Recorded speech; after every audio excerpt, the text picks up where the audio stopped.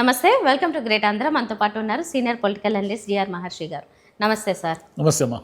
Sir, దేశవ్యాప్తంగా IndiGo విషయం అనేది చాలా కలకలం రేపింది. అంటే అందరూ దీని గురించి చర్చించుకునే పరిస్థితి. ఎందుకంటే అది ఓన్లీ సంస్థల వరకు ఏదైనా ఇష్యూ అయితే వేరే, కానీ ప్రజలు చాలామంది ఇబ్బంది పడ్డారు. ఎవరైతే ట్రావెల్ చేయాలనుకున్నారో, ముఖ్యమైన పనుల మీద అర్జెంటుగా వెళ్ళాలనుకున్నారో, ముందుగా బుక్ చేసుకున్నారో, అందరూ చాలా ఇబ్బందులు పడ్డారు. మరి ఈ విషయంలో నేషనల్ మీడియాలో ఈ కేంద్ర విమానయాన శాఖ మంత్రి రామ్మోహన్ గారు లోకేష్ గారిని కవర్ చేయడానికి, లేకపోతే గవర్నమెంట్ కవర్ చేసుకోవడానికి ట్రై చేసినప్పుడు అది ఏంటంటే రివర్స్ అయ్యి ఇంకా లోకేష్ గారు ఎక్కువ ట్రోలింగ్స్కి గురవుతూ ఉన్నారు ఈ సందర్భాన్ని బట్టి.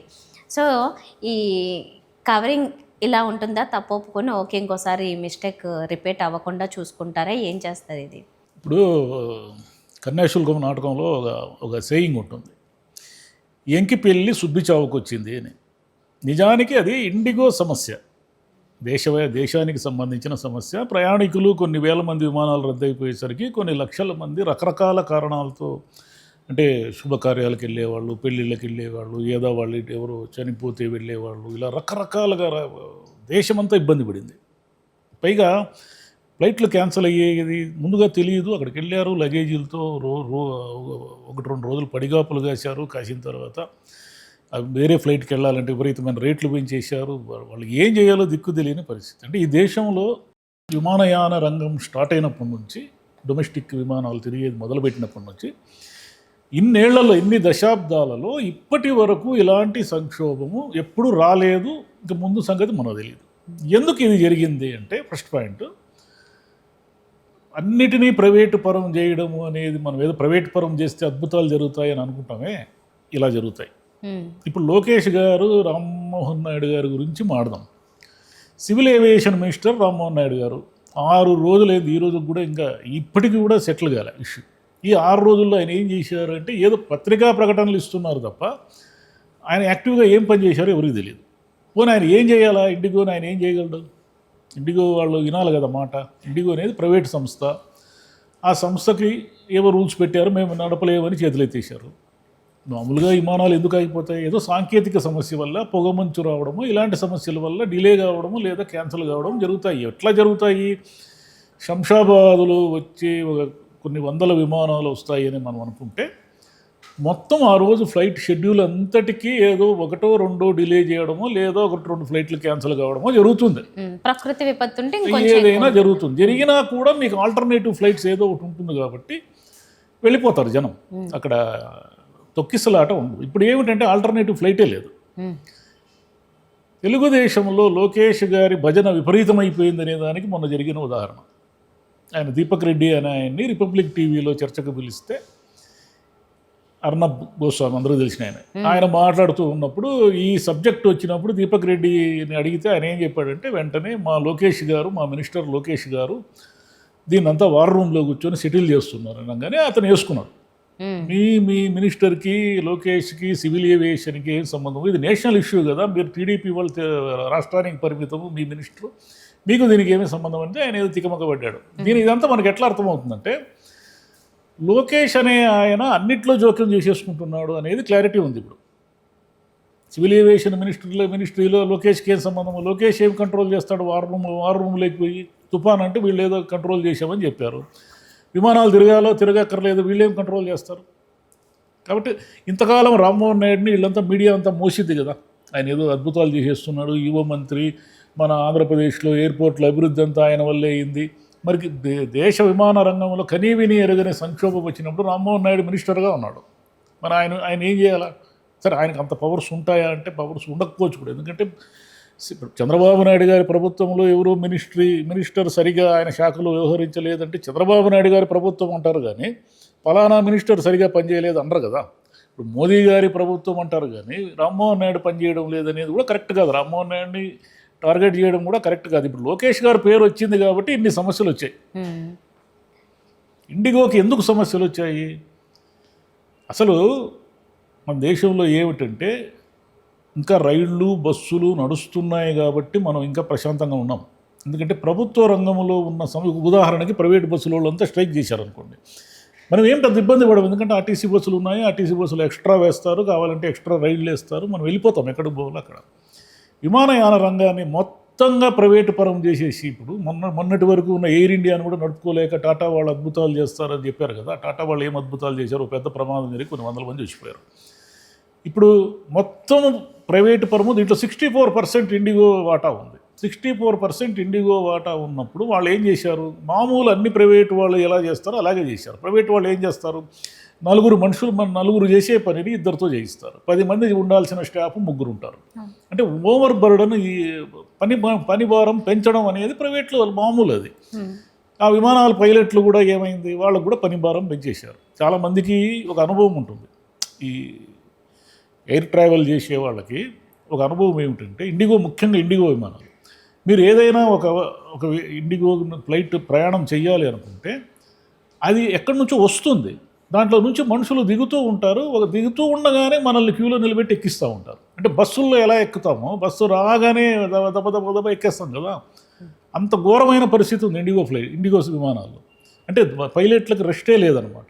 దీనికి ఏం చేసింది, DGCA రూల్స్ను సవరించి ఏం చేసింది, పైలట్ల పని విశ్రాంతి 36 గంటల నుంచి 48 గంటలు ఉండాలి, నైట్ ల్యాండింగ్ను మినిమం చేశారు వాళ్ళు. ఇవన్నీ రూల్స్ పెట్టేసరికి ఏమైందంటే వాళ్ళకి ఆ రూల్స్కి అనుగుణంగా నడిపేంత స్టాఫ్ లేరు.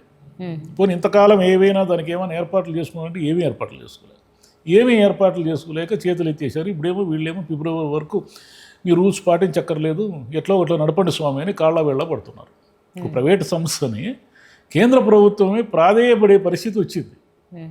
మీరు నడపండిరా స్వామి, లేకపోతే ప్రజలు ఎయిర్పోర్ట్లో శాపనార్థాలు పెడుతున్నారు, ఇండిగో సంస్థతో కొట్లాడుతున్నారు, చాలామంది దాడి చేయడానికి కూడా ప్రయత్నించారు. నిజానికి వాళ్ళు ఏం చేస్తారు, ఆ సంస్థలో పనిచేసే ఉద్యోగులకి ఆ విమానాలు ఎందుకు క్యాన్సిల్ అయితే వాళ్ళకి ఎలా తెలుస్తుంది?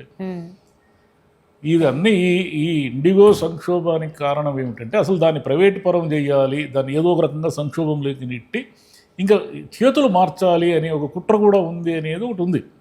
అంటే సంక్షోభంలోకి వెళ్ళిపోతే అది ఎవరికొరకు అమ్మేస్తుంది కదా, అమ్మేసిన తర్వాత ఏమవుతుంది, వీళ్ళకి కావలసిన మనుషులు తీసుకుంటారు.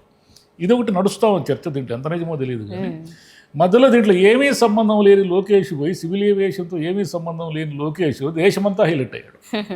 ఇక్కడ ఏంటంటే ఇప్పుడు వరకు స్టేట్ వరకు పరిమితం చేసుకుంటే ఇక్కడ మన సొంత మీడియా అవి ఉన్నది కాబట్టి అనుకూల మీడియాలో పాజిటివ్గా వెళ్ళిపోతుంటుంది. ఎప్పుడు నేషనల్ మీడియాకి వెళ్ళినా చాలా విషయాల్లో క్వశ్చన్ చేస్తే ఆన్సర్ చెప్పే పరిస్థితి చాలా సందర్భాల్లో లేదు.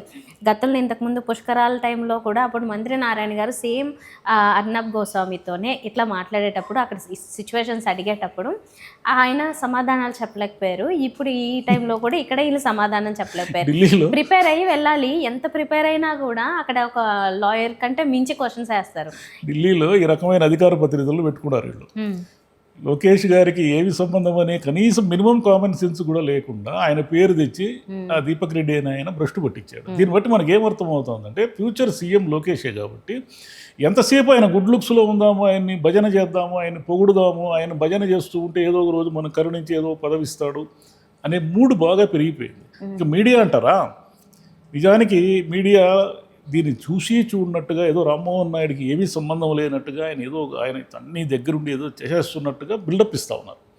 ఒకవేళ ఇదే మీడియా ఉదాహరణకి మన ఊరికి అనుకుందాం, జగన్ గారు ఒకవేళ మోడీ గారి ప్రభుత్వంలో లాస్ట్ టైము మినిస్టర్లు తీసుకొని, అంటే కూటమిలో చేరి మినిస్టర్లు తీసుకొని ఉన్నారు అని కూడా అనుకుందాం. అంటే వైసీపీకి సంబంధించిన కేంద్ర మంత్రి ఎవరైనా సివిల్ ఏవియేషన్లో ఉండి, లేదా వైసీపీకి సంబంధించిన అధికార ప్రతినిధి ఎవరైనా ఇట్లా నోరు జారి మా జగన్ గారు అన్నీ చూసుకుంటున్నారు, వార్ రూమ్లో కూర్చొని విమానాలు రాకపోకలు అని అనున్నారు అనుకోండి. ఉదాహరణకి వీళ్ళు ఏమి రాసి ఉండేవాళ్ళు తెలుసా, గోల్మాలులో జగన్, ఇండిగో సంక్షోభము వెనుక జగన్ హస్తము అని భయంకరంగా హెడ్లైన్స్ పెట్టి రాసి ఉండేవాళ్ళు కదా. లోకేష్ గారి గురించి అంత వస్తే ఎక్కడా కూడా ప్రశాంతంగా ఏమీ జరగనట్టుగా, ఏమీ లేనట్టుగా కూల్గా ఉన్నారు. మరి ఇంత అన్యాయం అయితే ఎట్లా రాయాలి కదా. లోకేష్కి ఏం సంబంధం, అసలు తెలుగుదేశంలో ఈ భజన ఎక్కువైపోతుంది, ఈ భజన వల్ల మునిగిపోతారు మీరంతా ఏదో ఒక రోజు అని ఒకరన్నా రాయాలి కదా. ఎక్కడ రాశారు? అక్కడ మంత్రి ఉన్నా కూడా అలాగే అని ఉండేవాళ్ళు, వీళ్ళకి ఏమీ తెలియదు. ఇంతకాలం మీరు రామ్మోహన్ నాయుడు అద్భుతాలు చేస్తున్నాడు, అసలు ఏవియేషన్ ఇండస్ట్రీ మార్చేస్తున్నాడు, ఎయిర్పోర్ట్లు ఆధునికీకరణ చేసేస్తున్నాడు అని చెప్పుకున్నారు కదా మీరు. నిజానికి ఆ ప్రమాదం జరిగినప్పుడు కూడా రామ్మోహన్ నాయుడు పెద్దగా ఏమి యాక్టివ్గా లేడు. అంటే ప్రమాదాలు ఆయనకు తెలిసి జరగవనుకోండి, ప్రమాదాలని మనం ఎలా ఊహిస్తాము. కానీ ఇది మాత్రం తెలిసి జరిగిన సంక్షోభం. మీరు ఇంతకాలం టైం ఇచ్చారు కదా ఇండిగో, ఏం చేస్తూ ఉంది అని, ఏర్పాట్లు ఏం చేసుకుంటా ఉంది. మన దేశంలో పైలట్లు లేరు, ఫస్ట్ పాయింట్. అంటే పైలట్లు అంటే ఇప్పుడు సవరించిన రూల్స్కు అనుగుణంగా మన దేశంలో పైలట్లు లేరు. ఇప్పుడు 1700 విమానాలకి ఆర్డర్ ఇచ్చారు. ఎక్కడి నుంచి తెచ్చుకుంటారు పైలట్లు? పైలట్లు అంటే సింగిల్ డేలో రారు కదా, ప్రాపర్ ట్రైనింగ్ ఉండాలి, అన్నీ ఉండాలి. పైలట్లకి విశ్రాంతి ఇవ్వడం అనేది ప్రయాణికుల భద్రతకు చాలా ఇంపార్టెంట్. మీకు కనీసం రోడ్డు ప్రమాదాల్లో సర్వైవల్ రేట్ ఎంతో కొంత ఉంటుంది. విమాన ప్రమాదంలో జీరో కదా. మీరు గాలిలో ఉన్నప్పుడు ప్రమాదం జరిగితే ఒక్కరు కూడా బతకరు. మరి అంత కీలకమైన విమానయానాన్ని పైలట్లకు రెస్ట్ ఇవ్వకుండా మామూలు ఆర్టీసీలో నడిపితే ఎట్లా? ప్రభుత్వ సంస్థలు అన్నిటినీ వీళ్ళు నాశనం చేసేసారు. ప్రభుత్వ సంస్థలు నాశనం చేయడం వల్ల వచ్చిన పరిణామం ఇది. ఆర్టీసీని కూడా ఏదో ఒక రోజు నాశనం చేస్తారు. ఆర్టీసీకి దానికి చైర్మన్లు ఎందుకు చెప్పండి, రాజకీయ పదవులన్నీ ఎందుకు చెప్పండి ఆర్టీసీకి? ఆర్టీసీ ఎలా నడుస్తుంది? కండక్టరు, డ్రైవరు, దాని టెక్నికల్ సిబ్బంది, దాని కొంచెం మేనేజరల్ ఎబిలిటీస్ ఉన్న వాళ్ళతో ఆర్టీసీ నడుస్తుంది. కానీ ఆర్టీసీకి ఏం చేస్తారు? జోనల్ చైర్మన్లు ఒకరు పెడతారు, మెయిన్ చైర్మన్ ఒక ఆయన ఉంటాడు, పొలిటికల్ పదవులు ఇస్తారు ఆర్టీసీలో. ఆర్టీసీకి పాలిటిక్స్కి ఏమిటి సంబంధం? అంటే ఆర్టీసీ అనేది కనీసం బతుకుంది కాబట్టి మనకి ఏదైనా ప్రైవేటు బస్సులు ఏదైనా ఇబ్బంది పెట్టినా మనకు కనీసం ఆల్టర్నేటివ్ ఉంది. విమానాలు ఏముంది? మీకు ఆల్టర్నేటివే లేదు. ఈ సంక్షోభాన్ని అనుగుణంగా చేసుకొని మిగతా విమానాలన్నీ ఏం చేశాయి? హైదరాబాద్ నుంచి చెన్నైకి 30,000 టికెట్ పెట్టి, హైదరాబాద్ నుంచి ఢిల్లీకి 60,000. అంటే మీకు ఇంటర్నేషనల్ ఫ్లైట్ అమెరికాకు పోతే ఎంత అవుతుందో ఢిల్లీకి పోతే ఎంత అవుతుంది. అర్జెంట్ ఉన్న వాళ్ళు పోయారు, ఏం చేస్తారు? రైట్. సో ఇది ప్రైవేట్ పరం చేసిన తర్వాత వచ్చే సమస్యల్లో ఇప్పుడు ఇండిగోకున్న ఒక పేరు ఏంటంటే, ఇంటర్నల్గా మనకి తెలిసినది, అక్కడ స్టాఫ్ ఎవరి చేతనే ఎక్కువ వర్క్ చేస్తారని, ఎవరైనా జాయిన్ అవ్వాలంటే కూడా బాగా ఆలోచిస్తారు, భయపడతారని. మరి ఇలాంటి ప్రెషర్స్ కూడా లేకుండా స్టాఫ్ విషయంలో వాళ్ళు చేసిన మిస్టేక్ ఇప్పుడు దీనికి ఈ ఈ ఈ మొత్తం హోల్ సినారియోకి దారితీసింది. కాబట్టి అక్కడ మెయిన్ ఉంది సమస్య. దాన్ని పరిష్కరించే ప్రయత్నం కూడా చేయాలి. వాళ్ళు ఏం మిస్టేక్ చేయలేదు, వాళ్ళు బ్లాక్మెయిల్ చేశారు. ముందస్తు ఏమీ లేకుండా ప్రయాణికులందరినీ నిలబెట్టేసి, మేము అనుకుంటే భారతదేశంలో విమానాలు తిరగవు, ప్రయాణికులు గగ్గోలు పెట్టి లక్షలాది మంది ఎయిర్పోర్ట్లో పడిగాపులు కాస్తారు అని వాళ్ళు ఒక సిగ్నల్ ఇచ్చారు. అంటే ప్రైవేటు వాళ్ళు అనుకుంటే ఈ దేశంలో విమానాలు ఆగిపోతాయి, కేంద్ర ప్రభుత్వం డీజీసీఏ ఏమీ చేయలేదు అనేది వాళ్ళు ఒక మెసేజ్ పాస్ చేశారు.